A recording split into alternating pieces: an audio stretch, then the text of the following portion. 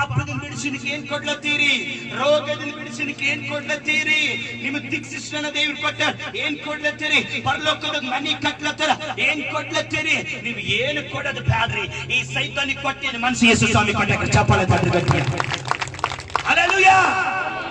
ಹೇಳೋದು ಒಂದೇ ಟಾಪಿಕ್ ಏನಂದ್ರ, ದೇವರು ಸ್ವತಂತ್ರದಾಗ ಇರ್ಬೇಕಂತೇಳಿ ಕರ್ದಾರ.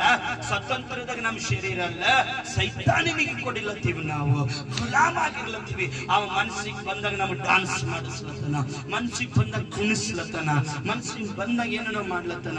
ಪಿಕ್ಚರ್ ಡಿಜೆದಾಗ ಮದ್ವೆದಾಗ ಹೋಗಿ ನೋಡ್ರಿ, ಯಾರಿಗಾರ ಡಾನ್ಸ್ ಸ್ಟೆಪ್ ಬರ್ತಾವ? ಕುಡಿಲಕ್ ಸ್ಟೆಪ್ ಬರ್ತಾವ? ಡಿಜೆ ಮದಿ ಡ್ಯಾನ್ಸ್ ಎಲ್ಲಾರ ಬರ್ತಾವ? ಬರಲು. ಮ್ಯೂಸಿಕ್ ಅಂದ್ರೆ ಹೆಂಗ್ ಬಂದ ಹಂಗೆ, ಮ್ಯೂಸಿಕ್ ಹಚ್ಚಿದ್ರೆ ಹಂಗೆ ಅದು ಸ್ಟೆಪ್ ಅದಕ್ಕೆ ಕರೆಕ್ಟ್ ಅನಿಸ್ತದ. ಡಿಜೆ ಹಚ್ಚಿದ್ರೆ ಅಂದ್ರೆ ಹೆಂಗ್ ಬಂದ? ಯಾರು ನೀವು ಕುಣಿಲತ್ತಿಲ್ಲ, ಡಿಜೆದವ್ ನಿಮಗ್ ಕುಣಿಸ್ಲತ್ತ, ನಿಮಗ್ ಅದಕ್ಕೆ. Hallelujah, hallelujah.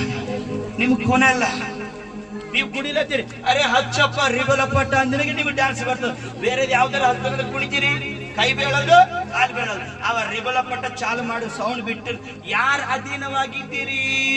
ಡಿಜೆ ಆಪರೇಟರ. ಅವ ಯಾರ ಕೈದಾಗನ?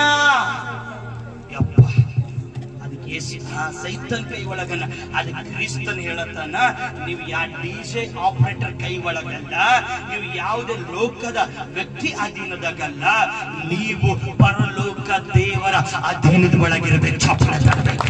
ಅದಕ್ಕೋಸ್ಕರನೇ ಸ್ವತಂತ್ರ ದಿನಾಚರಣೆ. ಚಪ್ಪಳ ತರಬೇಕು. ನೀವು ಯಾರ ಅಧೀನರಲ್ಲ, ನೀವು ಬೇರೆ ಸ್ವಂತ ಅಲ್ಲ, ನೀವು ಯೇಸು ಸ್ವಾಮಿ ಸ್ವಂತ ಮಕ್ಕಳು.